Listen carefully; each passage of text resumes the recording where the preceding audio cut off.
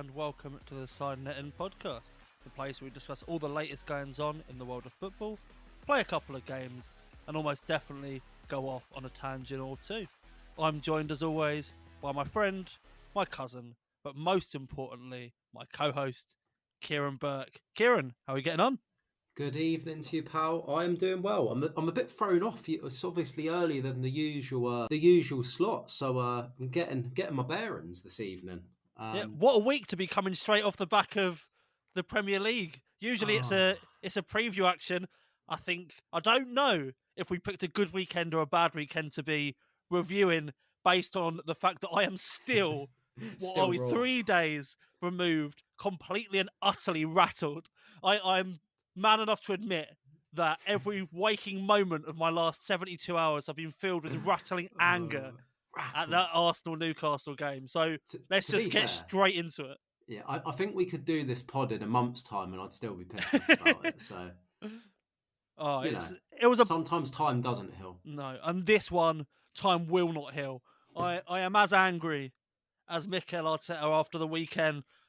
We'll sort of set it up. So, for anyone that is somehow listening to a Premier League podcast and hasn't seen the Arsenal game from the weekend, Newcastle scored a goal that potentially the ball could have been out. Potentially Anthony Gordon could have been offside. Potentially Joe Linton could have handballed in the build-up. Potentially Joe Linton could have fouled Gabriel in the build-up to the goal. And the referee thought, fuck it, give him it. Four reasons to disallow it, but it's banter to not, so... Yeah, what I'll say is I'm happy to concede on the ball being out or not being out. I'm happy enough to sort of, you always see those angles where it's different from above to the side. I can concede that. I can even just about concede the offside, as sometimes you do get difficulties with the angle and the way that they were all stood. I can half understand that. The foul, absolutely not. That's the tipping point for me. The other one, if it was just the ball, I'd be like, fair enough. If it was just the offside, I'd be like, fair enough. But that all combined together with the foul, yeah, I am fucking ridiculous, incandescent with rage. The thing is, for me, it's the offside as well, because the reason they didn't give it offside is because they weren't sure Joe Linton made contact with the ball. Yeah. How clear do you want it? If you look at the replay, you can see he touches the ball and he handballs it, by the way, which is even worse. But, oh my God, it's truly baffling, isn't it? And it's actually quite hard to talk about and find the words, because I've seen, obviously, all the noise over it in the last few days and just the narrative now that, Arsenal are playing the victim, every club gets decision go against them. And that's the problem. They've gone too far. Liverpool asked for a replay the other week, by the way. Can we remember that? No one remembers that. All we've said is they're shit. They need to do their job better. And it's unacceptable, which I think every other team would agree with. But because it's Arsenal, it gets flipped into, we're playing the victim. Mikel Arteta is this, he's that. It's so That's the biggest annoying. problem. That is why none of this will ever get solved. That is why PGMOL will get away with it time after time after time. Because it's much funnier to laugh at your rivals, be it Arsenal or, as you say, Liverpool the other week, or whenever you look at Tottenham yesterday as a bad example, because those decisions were correct, but Tottenham all the same. It's much funnier to laugh when rivals get decisions against them than actually step back and say, hold up. There's a massive problem with the officiating in this country that needs to get changed. And it's not just good enough to say, everyone will get them. No, there's a massive issue at hand with the refereeing in this country. And VAR only plays a part of that. Because you think back to that Liverpool game, if there was no VAR, the liner would have got that call wrong. There is a massive problem with refereeing regardless of VAR in this country. You look at Anthony Taylor. The other week, he refereed the Wolves-Newcastle game, and he got a penalty decision terribly wrong. Another terrible penalty decision Wolves got this weekend again. And he was demoted down to the Championship. He gave another awful penalty decision. And what game has he got this weekend? One of the biggest games of the weekend. Chelsea and Man City. That's an issue. It's so ridiculous, isn't it? And I think we're in a circle now where the on-field referee is scared to make a decision but then the VAR is scared to go against the ref's on-field decision. So the ref doesn't make the decision initially because he doesn't want to get it wrong and would rely on the VAR. Then the VAR is like, oh, I can't undermine the ref on field. So yeah, looking after their mates. Like, you're not on a night out. Yeah, you don't need to protect your pal. That's literally what it is, though. But so look at Arsenal Newcastle. Okay, so nothing gets given, and then they look at 4 different incidences and decide we'll just leave it. That's what it felt like. We'll just leave it because we don't want to make a decision either way, so we'll go with it. And then Arteta comes out and he rightfully goes mad. And then you've got your Gary Neville's, Jamie Carragher, Michael Owen, like shitting on it. If that was like when it was Klopp the other week, Carragher backed him. The amount of times it's United, Neville backs it. It's this annoying tribalism still bleeding into punditry. And then Michael Owen's just the other thing I saw today as well is who co-presents that VAR show with Howard Webb. It's Michael Owen. He's not going to go against that. It's all bleeding into punditry now as well to try and protect the PGMOL, and that's ridiculous as of itself. And Neville's always been a big problem when Arsenal are concerned. It's like that's always been a bit. Carragher, I'll give a lot more time to. I still think he's incorrect, but I'll give him a lot more time to. But Neville is just outright biased when it comes to Arsenal. Yeah, and the thing is, the problem is, you do get the feeling that some of these pundits just say things for a bit of attention because. Yeah. You look at that, I don't understand how you can watch a replay of that and not see it's a penalty. The only one where, if you're not sure the ball's out, you're not going to say that it's out because if you don't have the right angle, that's fair enough. But there's been such a focus on that one element of it that people forget that he handballed it and he shoved him in the head with both hands. It's the start of a wider play. It's like... They'd rather focus on that one element as if that's the only thing we've got a right to be aggrieved about when Gabriel's been shoved in the head from behind with both hands and it's hit Joel Linton's arm and the Gordon's offside. So the one thing I did see today that really made me laugh, it was a reply to Ian Wright, who was complaining about the foul, where someone said, he's got Gabriel making the same move that played Garnacho offside. Which did get me. But even outside of that, and I'm sure we can continue talking about the penalty, but even outside of that, you've got the Bruno Guimaraes forearm smash, like he's a prime WWE Intercontinental Champion or something. Like, don't get me started on that little rat bag. Because that's been blown under the carpet or swept under the carpet as well. Like, no one's mentioning that. Apart from Gary Neville in the Tottenham game did say Reece James is jumping up for a ball and he catches someone. He's like, oh, that's just like the Bruno one. It's not! What are you watching? What are you talking about? There's one guy running across, smacking someone. There's another guy jumping for a ball. It's very different, you absolute monumental mank Egypt. The thing is as well, it's just anything to suit his little narrative. He bloody loves a narrative. You see him doing it in every game as well. Sometimes it pays off, sometimes it doesn't. But you see him planting little seeds at the beginning of games. The thing is as well, because he was on commentary for Arsenal Newcastle, and at the time he was so adamant it's not a pen. I feel like he's not a pen. Too what proud.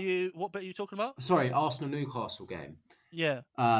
He was so adamant it wasn't a penalty. Which one? Is this the Nketiah shirt pull? No, the. Or do you mean a foul in the build-up to the goal? Yeah, sorry. Okay, I'm back with you. Yeah. Sorry, my bad. Yeah, he was so adamant that it wasn't a foul. Yeah, he was. That he's too proud in himself to then watch it back and say, "Oh, I got that wrong. That's 100% clearly a foul, and goal shouldn't have been given." Yeah, 100%, and that's a bit of a problem. The proudness of him as a pundit, but regardless of that, regardless of the noise from the sports media, which is a big issue, you see, we might as well bleed this into talking Spurs Chelsea now, Kears, because you saw in the reaction to that. We'll start off with this. What's your opinion on the High Line? Do you think it was naivety? Do you think it was stubborn? Or do you think it was brave? Or do you think it was something else entirely? What's your opinion on that High Line? It was fucking stupidity. Like, how is this man... Okay, like we've said before, it's annoying how likeable he is. But how if that's any other manager, yeah, they get absolutely bashed. You're down to 9 men. You're trying to cling on for a point, and you're sat on the halfway line where one ball in behind with a team with as little quality as Chelsea have shown this season, multiple times were able to just literally roll a ball as if it was like under 10s, like literally pass a ball through and they're through on goal. It's just really funny to me because if that was Arsenal, I just can't even imagine the sort of shit that Arteta would get off all of these pundits. Could you imagine the disgusting low block that Arteta would have introduced if we went down to 9 men? Could you imagine? It'd be like 9 men across the goal line. It'd be beautiful. And I think that's real football, Ange. Yeah, that's real football. We've praised Spurs on this pod multiple times in the last few weeks about how they play. But you have to have a plan B, and you have to have that other dirty side to your game to be able to see out games. Because you say they were clinging for a draw in the context of the game. But the thing that he did by setting up like that is, I guess he was saying, we're not clinging for a draw. We're all or nothing in this situation. And I guess that's what some people are pushing the narrative towards braveness. But like even the screenshot that the Premier League Twitter account themselves using, in that moment, that is literally a part where Chelsea went through on goal, and if it weren't for Cucurella having zero ball control, they would have scored. Like, literally in that moment, that screenshot that's all around Twitter was literally a Chelsea attack where they completely circumnavigated the high line, and they went through and had a great opportunity. Like, I understand the concept behind what is being pushed. I get where they're coming from in a way. I just really don't agree with it. It's I just think it just shows a lack of planning for a plan B. Like stubbornness. Yeah, like you think to Arteta and how drilled he is with everything, like preparing for every situation. You'll see in games where we're playing against a really low block, trying different things, whereas perhaps we were more naive going back years where it was literally plan A, we'll try and pass and move them across side to side. If that doesn't work, we'll lose the game 1-0. Like, look how many times that happened in years gone by. Yeah. But then we've changed where we can mix it up. Like corners, we're so much more dangerous on corners now than we ever used to be. Like putting crosses in if we have to. The fact that they just stuck by what they're doing, for me, that's not, fair play, you're brave. It's just, you're down to 9 men. You could have got potential at work. We can't really speculate, but you see how poor Chelsea against a poor Chelsea side. You see how terrible Chelsea were against 9 men playing a high line. That was one of the most atrocious performances. Like a 4-1 win. You go away from a 4-1 win, even against 9 men. You go like, we've smashed that. Well, like that's a great night. Like, and if you're a Chelsea fan, regardless of that performance, like that's fantastic. But from a neutral perspective, watching a team, that was horrendous. Yeah, it was very bad. It was the most inept football I have seen from a team that should be in control for a very long time. Yeah. The thing is as well, like when Spurs went 2-1 down, then it becomes a bit more understandable because they created chances. Obviously, Son nearly got an equaliser towards the end there. So, but at 1-1, you just have to. You have to change up. You have to have a plan. Every team does it. Every good team does it. Where you're holding on to a lead. I just think back to Arsenal beating Palace 1-0 earlier this season, where we went down to 10. Oh, and that was the biggest shithousery. That was beautiful Performance. That might be one of my games of the season. Yeah, because we done what we had to do to get the win, and that's what good teams do. Man City aside, one of my games of the season. Yeah. I loved that. That was just beautiful. It was grit. It was pure grit. You have to be able to do that. Yeah, and definitely. Questions will be asked now. Spurs, will they have that side to them? Well, I think they should. There has to be because they haven't been. The reaction to that game where they've completely capitulated. They've lost their heads more than twice because both Romero and Udogie should have been sent off before they were sent off. Yeah. So it's a complete head loss performance, and somehow the narrative coming out of that game is how brave for playing this high line. Like It's just madness. Coming over to our Premier League and really playing this positive football. That's the sort of narrative you'd use with a Championship team coming up. This is a team that want to be battling for top 4. Like, what is this sort of narrative you're pushing? That's like, I'd expect Luton to be having that sort of narrative pushed, or your mate down in Bournemouth. That's the sort of, I know they're not up from the Championship, but they're down in the bottom of the table. It's that sort of narrative you'd expect. Just back on the red cards, I think we had a conversation on one of the first pods we done about Romero, I was saying I should have listened. You can't take that element of a player's game away. You can they can calm down and get a bit better. And I think the point I used was Xhaka, that he's always got a moment of headlocks in there, and it's going to come out at some point. And I think that was completely evident yesterday. Now they've got no Romero for 3 games. They've got no Van de Ven for whoever knows how long. They've got Maddison for whoever knows how long. They've got no Udogie for a game.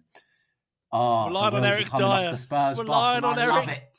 Relying on Eric Dyer in the year of our Lord 2023 is just as bad as relying on Rob Holding in the year of our Lord 2023 earlier on this season. Or earlier on this year, I should say.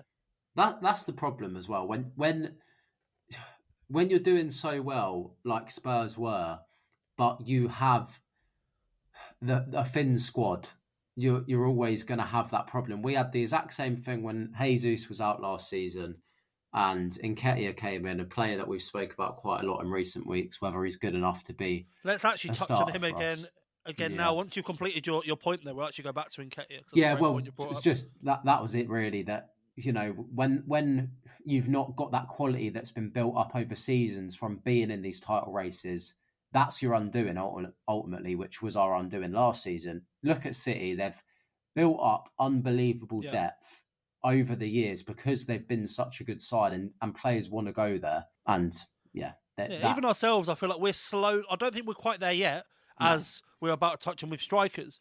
Yeah. But we've got a real solid, a lot more solid depth. And we're unlucky in our defensive depth that Timber went out before he even had a chance. But the depth we have in that team is so much more positive, and that is, as you say, that's a big thing that Spurs are lacking. And how they'll react now, they've got a next 3-4 games where you've got Wolves, Man City, Aston Villa in that time. It's going to be interesting to see how they react. Obviously, you've got the international break there as a little buffer for Maddison as an example of an injury. You should be able to get back. He might only miss the 1 game. They'd be lucky for that. But we say there about Nketiah. I'm just right again. in a nutshell. No victory laps are needed, because this is not what I want a victory lap on. But it's the conversation we had before. Nketiah as a backup against a Sheffield United, against a Bournemouth, against a lower table team. Amazing. I'd throw him out there every time. Against a bigger team, against a team that are going to try and shut you down like this. You've got Jesus, who can unlock a defence. He can pull back, receive the ball, play through him, and Nketiah just doesn't offer you that. And he basically is taken out of the game. And it did happen across the whole front line. That was our biggest issue at the weekend. Was I thought we were fantastic at the back. I thought we were solid on the ball. Yeah, we were just dead in the final third, and that's why a draw would have been the correct result, because Newcastle offered nothing. The narrative keeps being shifted that we only had 1 shot on target. We were dead in the final third. But they offered nothing except for cheating to score a goal, to put it bluntly. Yeah. It was a 0-0 game for every stretch of the imagination. And maybe at St James's Park, you'd take that. But for Arsenal, is that good enough? And that lack of attacking prowess without Jesus, even with Jesus being a bit of a struggle. I see people mentioning Martin Odegaard, and there's a reason why he wasn't playing a week or so ago before he's now out for this new reason. He's not been fantastic. No, he's not. Just going back to Jesus, I think even with Jesus, he's not a striker that's going to get 1 chance in a game and score it and win you the game. When the game's nice and open and he can get a few chances, he'll score 1 of them, and his all-round play is very good. He brings the wingers in nicely, which I think was something that we definitely lacked against Newcastle. 100%. You could quite evidently see, even though, Newcastle are known for just, lumping 10 men behind the ball. But Jesus dropping in does drag players out of position, which is something we lacked. Although saying that, Martinelli and Saka, were both poor. Against a team like Newcastle, as soon as you get that bit of space, you need to play that next ball. Yeah. As soon as you get that tiny, like you've opened them up a small bit, you need that little slide pass in behind. Yeah, you need to be quick, and everything was get on the ball, slow it right down, wait for extra people to come in, and they were just getting reset. So, as you say, I think a draw would have been the right result. Odegaard, he's not really reached the heights of last season as of yet. I'm not too worried about it. I still think he's our most creative player. I'd still start him all day long because he's earned that trust. Yeah, definitely. He's just going for a little rocky patch. But I think that's the case across the team. We spoke about it a few weeks ago, and I think a few good results have kind of papered over the cracks, really. We've not been at our fluent self. It still feels like a team that's gelling together. Yeah, it really does. And that's not necessarily a bad thing, because the fact we are where we are, we're fourth, 3 points off top, having not really got fully going like we know we can. Yeah. To me, that's a positive for me, because I know that we will eventually, but that's hopefully the thing. Happen sooner rather than later. That's the thing. It's if we stay like this and we stay sort of towards that top end, there's a conversation we had before around Christmas. If you're still well in the mix around Christmas, as long as you unlock after that, that's the thing. And it's whether or not Arsenal will unlock. That is the key question around them. Because if you can keep ticking along like this, fantastic. There's a point where you need to kick on. Yeah, definitely. And we'll see whether we can put a run together like City do every season of just looking unplayable and winning every game without really getting out of the first gear. So because we're going to have to come from behind this year as well. Last year, obviously at the top the whole stretch. Yeah, different. Exactly. Different thing. Different. Although I think last season would have definitely given us an extra string to our bow. You'd like to think so to speak. But time will tell. But yeah, will be interesting to see. In the wider context, obviously, we've had a good little rant there about the decisions and stuff, but not the end of the world. We were going to lose a game eventually. Let's be honest. It's about how we. Same with Spurs. Actually, it's good to group them both together. It's now how both teams react. Yeah, and that's something we spoke about, especially with Spurs. We spoke about a few weeks ago. How do they react to a setback? We didn't expect a setback like this. Oh, we love it though.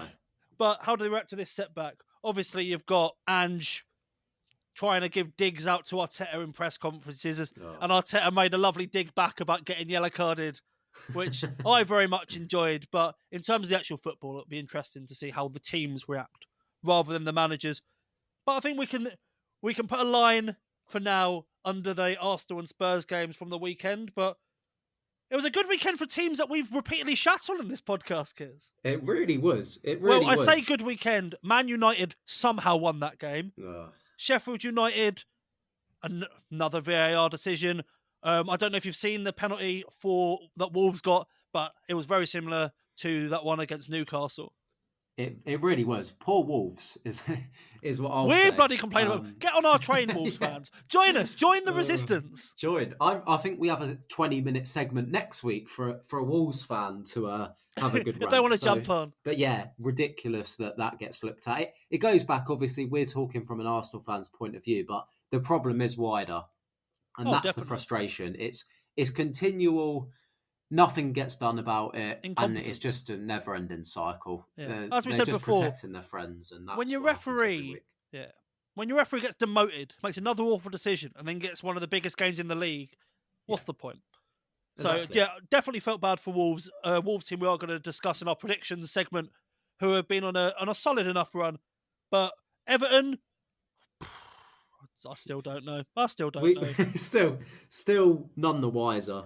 And it kind of feeds into what we said about Brighton, really, how they're just not hitting the heights of last season, and they just can't seem to get it flowing like it was last season. I think it goes back to that point I mentioned last week about how maybe teams are starting to get their number, really, to say that they're kind of figuring out how to play them and how to stop them getting in behind. And the likes of Matoma, whereas last season he was pretty much an unknown. So now you've got people doubling up on him. Yeah, now they're set up.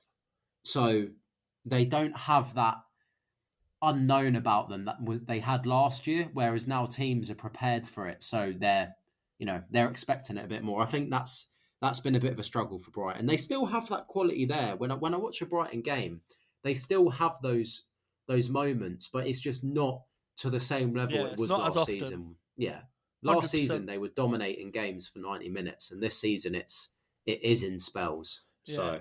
But fair play, Everton again. Everton are picking up points. Yeah, there was a conversation me and you had before the season started, and it was about Aston Villa and Brighton, and we grouped them together in all of our conversations before, and there was sort of a repeating theme that we spoke about where it did feel like one of them was going to drop off, and one of them was going to kick on.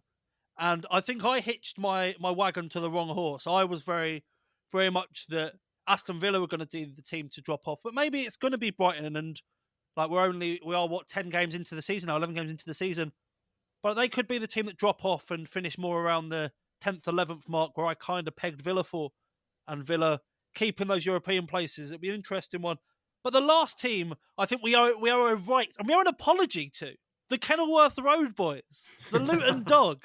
We owe a big apology to. I think your apology should be bigger than mine, considering when we spoke about the game, you were just like, yeah, Luton aren't good, so they're going to get battered, aren't they? And I said, are we going to be fair to the Luton boys? And it was dismissed. So I think your apology is perhaps a bit of a longer one than mine, but I definitely didn't expect that. So, well, you said 5-0. That's all I'm going to say. I did.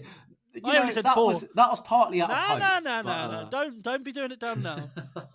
Never doubt the Luton Dog.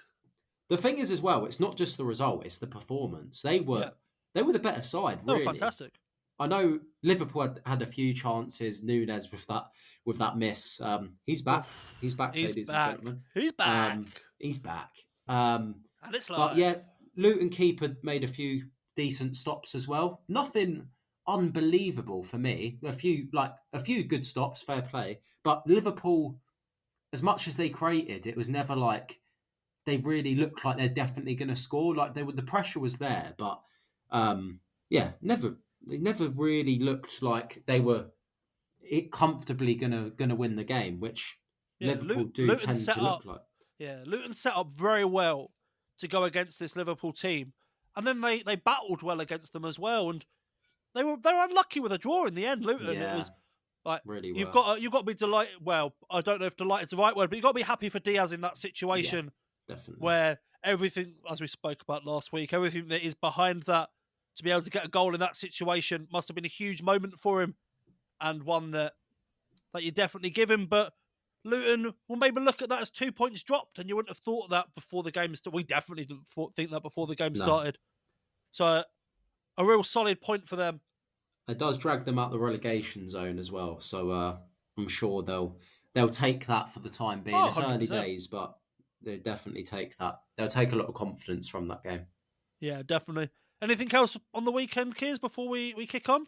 No, not for me. Obviously, I was quite happy because even though we dropped points, other teams around us dropped points as well with that Spurs loss. Everyone in the top 5, bar City, I believe. Yeah, well, that's no surprise, is it really? City, the ever presence. They did have Bournemouth at home, in all fairness. Since that loss to us, they've reacted very well. They had that tough win against Brighton, put United to bed, and then absolutely mullered Bournemouth at the weekend. Well, Bournemouth, it's time to go. Well, Areola, get out of here. I was gonna leave that discussion for the next segment, Kiers, but we'll round off. Oh, I just say it every week now. It's just we'll round off on this. They've got Newcastle this weekend, and then it's the international break. Realistically, is it looking dicey? Yes, get him gone. My prediction needs to be right. Apart from winning your prediction in though. I'll be banging the drum because you're going on a bit of a victory lap yourself this week. Once that man's gone, it's going to be insufferable. It's going to be an hour-long podcast about how I'm the greatest predictor of our generation. I hope the day before he gets sacked, Sheffield United just starting to sack Heckingbottom. I'll be great. It'll be great. I would be here and I would love it. I'd love it if they sacked him. I'd love it if they went there and they sacked him. Mate. Sheffield United have bought themselves some time with that win, so I'm delighted. So that is all for our review of last weekend's action. So now that leaves us to go on to this weekend, and we'll talk about our predictions, and we'll also touch on last weekend's FPL disaster after this. So now we've spoken about last weekend's action, we can move on to this coming weekend of fixtures. So, talking of last weekend, Kiers, we had our predictions, and we mentioned briefly an FPL disaster. The predictions reflected the chaos and disaster of the weekend in a 1-1 God, that's a stinker. That result. The only game we got correct was we both had Brentford to win. We had Brighton to beat Everton. It was a draw. We had Arsenal to win. Newcastle won. We had Liverpool smashing Luton. It was a draw. And I had Chelsea to draw. You had a Spurs win. And obviously Chelsea won that one. So not our finest, but it keeps us back where we were before last weekend's predictions. It's still a 9-point gap. 48 to yourself, 39 to me, with an overall score now of 8-6. So we now move on, Kiers. Our first game, two teams we touched on in that previous segment. Wolves are hosting Spurs, the Saturday lunchtime kickoff. The danger of the early kickoff. The danger of the early kickoff. Well, before Monday night's game, I would have been not predicting this score. But I've gone 2-1 Wolves. Oh, you've gone further than me. Oh. What have you got? What have you got for us? I've gone 2-2. I was very nearly going with the same score as you, but I think that was maybe a bit of a stretch. And I've gone 2-2. So talk me through it, Kiz. Yeah, I just think the injuries, the suspensions, and the just overall knock that would have had last night, I think. And the thing is, it's not just that. Wolves have had a decent season themselves. They've picked up points against teams that perhaps you wouldn't have fancied them to pick up points against. 100%. So I think Wolves would have given them a tough game as it is without all the injuries and the players suspended. But now even more so. Obviously, Wolves, very poor result against Sheffield United. You could say they're unlucky with that penalty decision right at the end.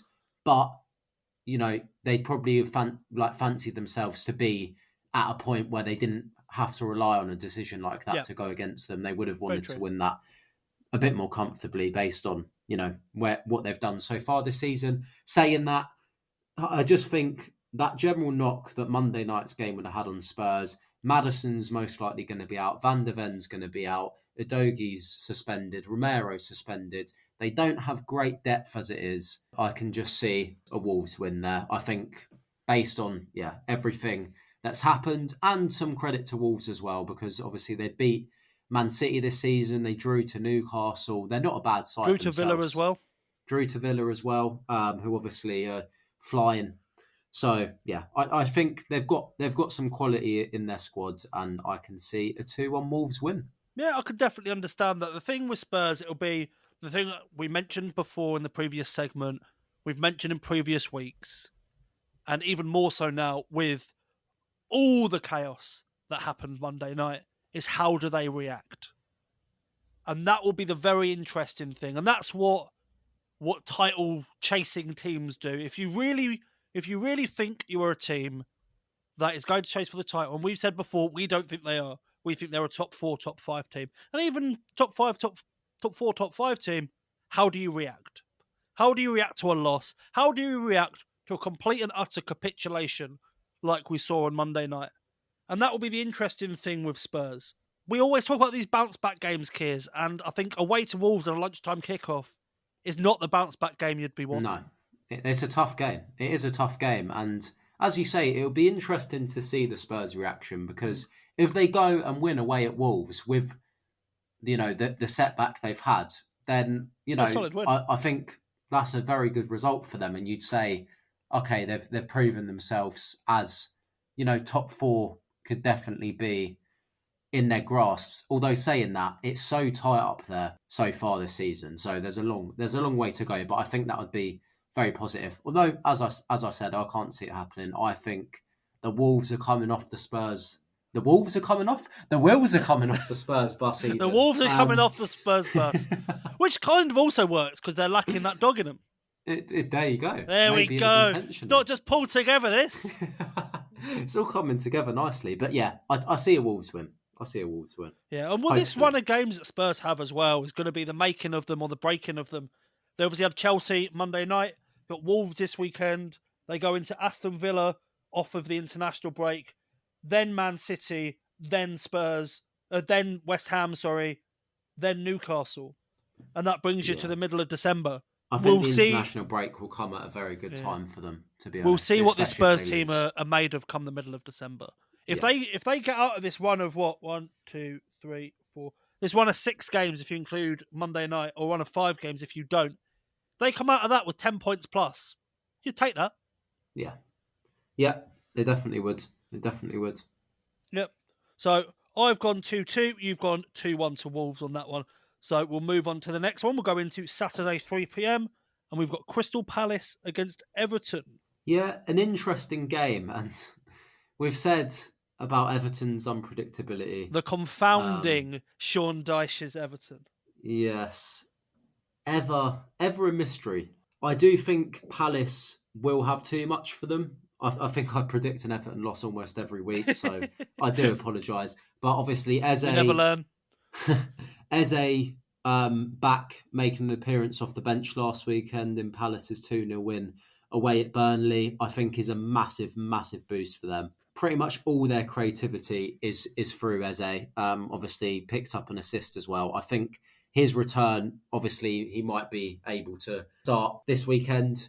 I think will be massive for Palace. I've gone 2-0 Palace, a solid team defensively as well. Few very good players in that Palace team. Obviously, Anderson and Gahey have had a lot of praise already, but Tyrick Mitchell as well is kind of having a good little season himself. Obviously, he scored last weekend that goal late to make it 2-0. They're just a solid team, Palace, aren't they? I think we've described them as that classic middle to, well, mid-table club, like around 10th. Top end 10th, of the 11th, mid, 12th. Top end of the mid-table, 100%. Yeah, is where they are, and I think with that they'll probably want to be beating Everton at home, and I think they will. Yeah, 100%. As I went into last week, I just don't understand this Everton team. I thought I'd cracked it when we looked into the form and they were going... You convinced me there. They were due a loss. Yeah, they were going loss, win or draw, loss, win or draw. I thought, you know what?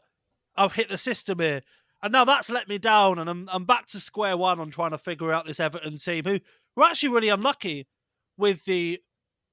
Obviously, it was an own goal, but it's almost harsh to call it an own goal because it was a deflection from near the edge of the box off that cross. And they were very unlucky to end up not winning that game themselves, Everton. Big game at home as well. They're not always great at home. They almost would be happy to be going away this weekend with you compare their away form to their home form. But I have also gone for a Palace win, saying all of that. I think Palace are a strong, hard team to break down. As you mentioned there, having Eze back is massive for that team and their attacking abilities. I think 2-1 is my Palace shout on that one. You just quickly on that one, you'd convinced me that Everton would definitely lose them based on the form. The formula, pattern. mate. The formula. Brighton yet again costing me my accumulator. I'm not happy. You got blood in your hands. You need to stop. Just bin them off. Just don't put them in your accumulator. In true Kieran fashion, I'll DM you my account number and sort code to send me £20, as I once did to Eddie and Ketia after he. You've still not got that money. I've not. Eddie, Ketia, if you're listening, I don't think he'd want to send me money based on some of the comments we've had on him. But if you fancy it, Eddie, you've got a few spare. Eddie, my favourite backup striker. 20 quid would be appreciated, mate. Come on. 20 quid might make you 1.5. That's all I'm saying. It might. That's all I'm saying. Probably not, but it might. But also 40 would make you number one. I'm a cheap. I'm easy to please. You're a cheap date, you are. I am. You know, times are tough. 40 quid and I'll say what you want. Any listeners, 40 quid. That's the price. Any aim, we'll get it on. Anyway, Kiers, apart from your your lack of stopping when the fun stops. The third game we've got. Oh, I'm having a great time still. Bloody love losing me. Love it. Love it. I'd love to go there and lose that acca. I bloody love losing 32p in my accumulator. There's a lot of Kevin Keegan references today. There to be is. fair, the same Kevin Keegan reference just a couple of times. Yeah. Some would say we're hammering the joke into the ground. If we keep saying it, it'll eventually be funny. You just bring it back round, 100%. It's a law of averages. At some point, it's got to be worth a laugh. The third game we've got, Kiss, now on to Sunday afternoon. We've got Liverpool coming off that draw to Luton, and they're playing Brentford after beating West Ham. Yep. Obviously, great win there for Brentford. We obviously both went for a Brentford win, but West Ham's by no means an easy game. Obviously, they've had a few struggles in the league recently, but they've still got a lot of quality in that team. Saying that, I think it's probably the worst possible time to play Liverpool. They'll be pissed off, no doubt about it. They've drawn against Luton. I think they're going to come back very strong and want to be proven a point. I've gone 3-1 to Liverpool. Brentford, definitely not an easy game, but it's a completely different ball game playing Brentford away from home as it is when you're playing them at theirs. They're definitely very much one of those sides that every time they play at home, you can see them winning or at least getting a draw, even when the big teams go there. And I think that's been proven over the last couple of seasons. But away from home, it's at Anfield. Liverpool will be out to prove a point. I can see a 3-1 Liverpool win in that one. Yeah, I can definitely understand that. I've got 2-0 Liverpool myself. Yeah. Liverpool, a bit of a weird form recently. They had 2 wins, 2 draws, and a loss. Obviously, that loss being the Spurs game, so whatever stock you can put in that, I'm not so sure. But mixed form nonetheless. A couple of draws thrown in there, along with a couple of wins. And Brentford, 3 wins in a row. 2 of them against teams you think they're going to be coming up against in terms of position this season. Beating West Ham the last game. When that game started, they were 9th and 10th respectively. And before that, they beat Chelsea. And then just a solid win against Burnley before that. As you say, going to Anfield's a very different story. If it was reversed and it was Liverpool going to Brentford, you'd maybe look at it a bit differently and you'd maybe even go for the classic Kieran Brentford draw. Oh, it's the banker. I would have done as well. I actually would have done. Get that on the acca. But get it on. I think on this time, I think Liverpool 2-0. An easy enough win, I'd say, this weekend. Yeah, agreed. Now we've got number 4, another Sunday 2 p.m. game. It's West Ham once again playing the team just below them or just around them. Obviously last week it was 10th and 9th against Brentford. This week it is 12th and 13th against Nottingham Forest. Yeah, a very, very good win for Forest last weekend, beating Villa 2-0. Villa absolutely quite a comfortable flying. Win. It was as well, it was. Villa were just off the mark, really, which you've got to expect. Villa, where they are, it's hard to keep up with just winning every game. They're going to have their off days. Forest, I think they needed that, to be honest. They've not really done a lot this season, and you know they're struggling in the most part. But yeah, very, very good result for them. I think they needed that. If they'd lost that game, they'd be down in 16th, I believe. So I think that just goes to show what a result that was for them. 100%. Against a Villa side that have just looked brilliant. Martinez will not want to watch Match of the Day back. We love and respect a Martinez howler. Oh, mate, that was... And what a howler it was. That was very bad. Did you see the clip that was going around alongside that with the Reading 7-5 League Cup game? Where he made basically the same mistake. I did, and it's like you wouldn't expect this guy to have won Best Keeper in the world at the time. Mental that he won Best Keeper in the world for this year. I know, it really is just World Cup based this year by the looks of it, though. Yeah. But to be fair, he is a top keeper. But he's not number one, kids. He's not number one. He's not even number one in the Prem. Alisson and Edison are easily I'd have a keepers. Debate around him being top 5, if I'm honest. Yeah, but there you go. The whole Ballon d'Or ceremony thing's not exactly very true. The most accurate, is it, at times? I mean, Jorginho came third in it once, didn't What guy? Exactly, what are you talking about? Oh, yeah, Archie. No, he was robbed. Should have been top. Better than Messi, IMHO. Do you not remember that year, though? Is people were actually saying he could win it. He could win it, or he should win it. And I On remember no at the real time merit, just because he had a Champions League and a Euros. It just shows. It's just trophies. Alvarez, as much as I rate him, was like 5th this year just because he had a World Cup and Champions League. Absolutely mental. It's crazy. It's absolutely crazy. But back to West Ham Forest. Henry never won it, so don't count. But yeah, back to West Ham Forest. Doesn't count. Back to West Ham Forest. I've got 1-1 in that one. West Ham really need a win. 1 win in 7, West Ham. Yeah, they need something. I can't see them winning, if I'm honest. I think Forest will be full of confidence after last weekend. But on the same foot, West Ham do have quality in their team.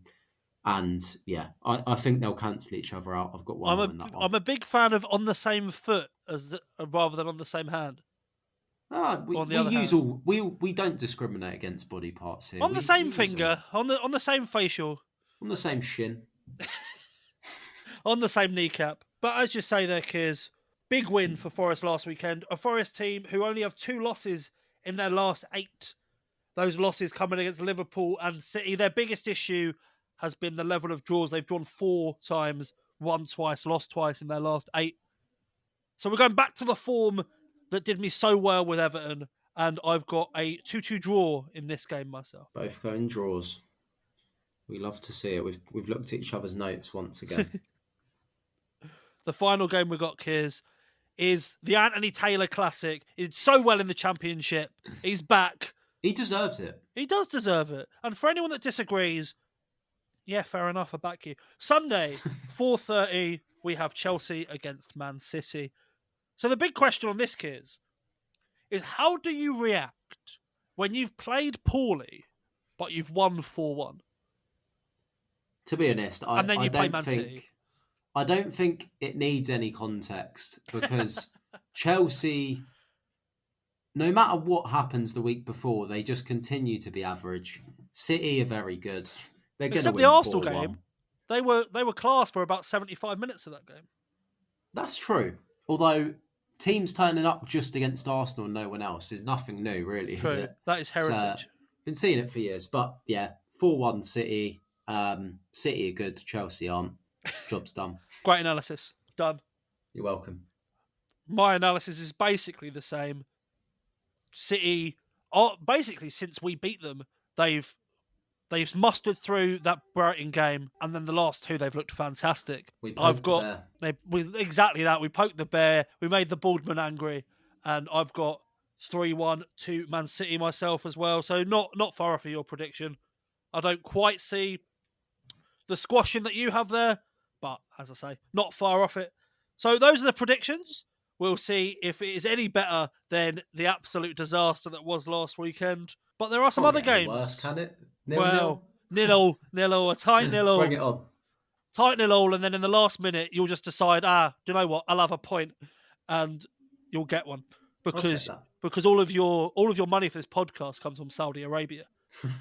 So the other games don't expose me like that. No one needed to know. The other games we've got coming up this weekend: Arsenal are looking to bounce back against Burnley.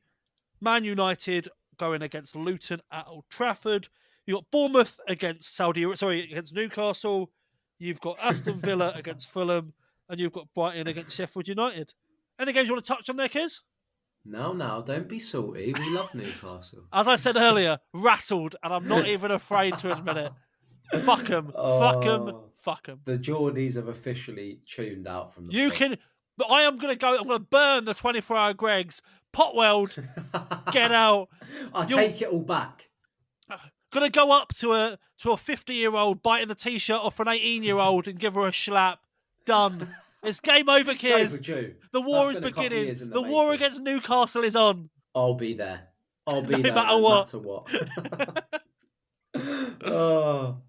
Weekend games, anyway. Love you, really. We don't. No, absolutely not.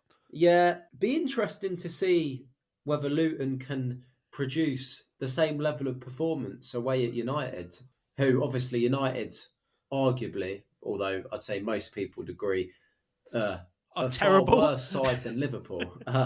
this I'd season. argue Anyway. a worse side than Luton. Very true. So hopefully, for Luton's sake, they can hit the heights again, because I do really think United are there for the taking every 100%. time I see them play. So potentially Luton could scrape a result there. So I think we say the same thing on United every week. They're just bad, but they just seem to be able to pick up a few results. The fact we're only 6 points ahead of them is disgusting, by the way. But at this point in the season, sure, Kears, you're not going to be a million miles away. And some of the shithouse wins that they've got to basically keep them within arm's reach is why they're there. But at this point in the season, you're not going to be, you're not likely to be like 10 plus away from a team. So we've just got to continue winning, and I reckon we will pull away from them by Christmas time. I think United are, based on what I've seen so far, I think United are where they're going to finish, 8th, 7th, that kind of region. It's going to take a lot for them to get anywhere near the top 4, top 5, top 6, even with what I've seen so far. They've been absolutely atrocious. Yeah, they're just not very good. In all honesty, other games, none Villa really bouncing back, jump out too much. I see Villa winning fairly comfortably against Fulham. To be completely honest, Fulham have looked quite lacklustre in pretty much every game I've seen them play this season. Obviously, losing 1-0 against United last week, they didn't really show. They were unlucky in that game, though. They were, but they just, like with Fulham, I just see them and want to give them a bit of a shake, really, because there doesn't seem a lot of go in them in the games I've seen them play. I know they've picked up the odd result here and there, but I think we spoke about Fulham before, that they'll win the games that perhaps they should win, and they'll lose the ones that they'll probably level out about 13th, 14th. Yeah, they won't be in any real trouble, but I think Villa will definitely bounce back. Although saying that, obviously it is a European week, so there's always the danger with all the sides really that are in Europe, not just Villa, because they have a slightly thinner squad, but any side that's playing in Europe, there's always 100%. That danger of the infamous European hangover going into the weekend. But yeah, I see Villa winning that. So yeah, none of us that really stand out for me this weekend that we've not spoke about. Fantastic. Well, we'll see how the rest of those games get on as well as the weekend goes on. But we'll end this week, Kiz. Oh, here we go. Oh, here we go. Oh, with some FPL. Can you please just announce that there's no other way to start this segment by getting a points total from you? And just to caveat, mine wasn't much better, but your score, I genuinely think, is an all-timer. It's a Hall of Famer. It really is. Over to you. I would like to take this opportunity to thank everyone that has put me in the position I am in. I'd like to thank the board for their support, but I am going to take this moment to walk away from the club and throw myself off of a very short pier with a very long walk and a couple of bricks attached to my feet. Rightly so as well, may I add. 13 points! Hey! Ooh. Sorry, can you just repeat that for the people in the back? 1-3, not 30, not 30. 1-3, not 30. 1-3, 13. Okay, so averaging about a point a player then, is it? Just over that. Just over. Oh, I don't think it's sunk in until my captain got 2 points. I don't have a player that got over 2. But the worst bit is on my bench. I've got Cameron Archer on 9. I've got a player with nearly 2/3 of my total score on the bench. And not first sub, not second sub. Third but sub. Last sub. Oh, justice for Cameron Archer, please. Romero -4. He wasn't even on the pitch when they conceded 3 goals. He didn't concede 4. He conceded 1. Give me my -2. He's got to hold that, I'm afraid. An absolute disaster. It's one of those where I think if I wasn't on this pod and we weren't tracking it weekly, I think that'd be it for me with FPL. It's that level of week. It's a sort of week that I'd be like, what's the point? It is bad enough to make you reconsider life itself. It has. It's been a long weekend. Let's just say, not much better for myself. How the average was 32 this week, I don't really know. Because I guess if you've got like No, because was it Son that scored for Tottenham? I can't remember now. No, so I've got Son. It was Kulusevski, wasn't it? He blanked. Yeah, just an absolute City dreadful players, I week. reckon. Yeah. Oh, yeah. If you got an Akanji or an Ake, or I know people brought in Foden as well. There's a lot of that talk over the weekend. When did you get rid of Akanji? Because I'm sure you had it. Oh, a long time ago. Oh, okay. Similar frustration for me. I had Trippier as first sub on my bench with 9 points, which was annoying, but obviously I wouldn't have started him against Arsenal, so there was no real thought about starting him, which softens the blow slightly. Yeah. It's that's the thing with 50-50 decisions that are the most annoying. 100%. Sure, the same for you. You wouldn't have thought to start. No, he was never starting. So, for me, couple of players returned. Hwang Hee-chan getting an assist for Wolves, got me 5 points, and then Gahey 5 points as well with a clean sheet, although he did get booked. Everyone else. Gahey finally bringing in some points for you. On this week of all weeks. I know. The one shining light. So thank you, Gahey. I finally put my trust in you. Although I started you over Trippier, so maybe maybe your thanks is take the small win, Kiz. I'll take the small win. What was your total points? 22. So an absolute shocker. The stuff of dreams for me there. The fact I'm able to gloat over a 22-point week shows the level. And I'm still clinging on to top in our mini league. Top? I am joint. I'm joint top, but I'm still displayed as first. You'll take it. You'll take the graphic. So as I seem to say every week, I'm still top, so I'm not going to focus on the points. I'm happy. League toppers still remain top, but I think a week that, by all accounts, should be swept under the carpet. Yeah, we move on now. Forgotten forevermore. 100%. I'm sure we're not the only ones. Yeah. With a real week to forget. I think this is an all-time. It's an all-time disaster. I've never seen in all the years. Yeah, in all the years of doing fantasy, I've never seen 13 points anyway. So I saw someone that had one, and I felt better because they had they had Romero, they had a couple Dogi as well, maybe. Yeah, I think they had the both of them, and then they had a couple of players who didn't play. I can't remember what the team was now, but it was 1 point total. The lowest active player I saw was 9 as well. Because I saw a thing on TikTok that was like, look at this, the worst squad I've ever seen. I was like, fuck, is it me? You've been outed on TikTok. You just see yourself. And then I saw 9 points. I was like, oh my God. I started to get I was like, have I just been mugged off? And it's bad. If it gets to that point, you should definitely stop playing FPL. So it's a big. I've not had the greatest start to the season anyway, but it's a big bounce back now. So we move. And this weekend though, Kiers, any? I know we're early on, but any transfers? Any thoughts?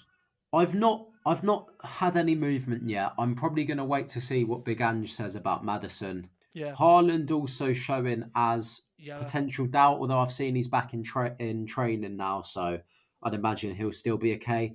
Matty Cash as well, another player that's picked up a knock, but likely he'll probably still be available. So Maddison is probably the main one I might end up bringing out if he's going to be out for the foreseeable. But yeah, other than that, I'll probably just that. I'm happy enough with my team, despite the disaster of last week. I think it was a real freak. Yeah. 100%. Yeah. Although saying that, Martinelli's on his last legs as well. Yeah. Since I brought him in, he's literally returned nothing for me. So yeah, I've gone a double transfer on defence. So I've taken out Romero and I've taken out Dan Burn is out injured with his back. I think till January 1st it's showing us. And I've brought in Kyle Walker as a starter and Tyrick Mitchell as sort of an in-between. Nice. I think on the back of a 13-point week, if you're not making transfers, there's problems. No, the bulk of the team I'm back in. This weekend, another interesting captain choice. You got Salah, you got Saka, you got Watkins. They're my three. I don't think I'm gonna captain Haaland. No, I think I'm gonna go for a different one. Haaland disappointed me last week, and I think it's time to go a bit bold with the captaincy. All captain choices disappointed last weekend. But yeah. Do you know what way you're leaning now, Kiers? Last question before we round up. I don't, to be honest. I've not thought through the FPL enough. Obviously, if I make a transfer, then whoever I bring in would likely have a favourable game. So there's potential. Do I go bold with Martinelli? That's a thought. We've obviously got Burnley at home. You'd expect us to win comfortably. So that is a potential one. But I will wait to see nearer the time and see what I'm thinking. We will see how the week goes. So that is all for this week. Kears, as always, thank you for joining me. Pleasure as always. Thank you very much. Thank you everyone for listening, and we'll be back next week.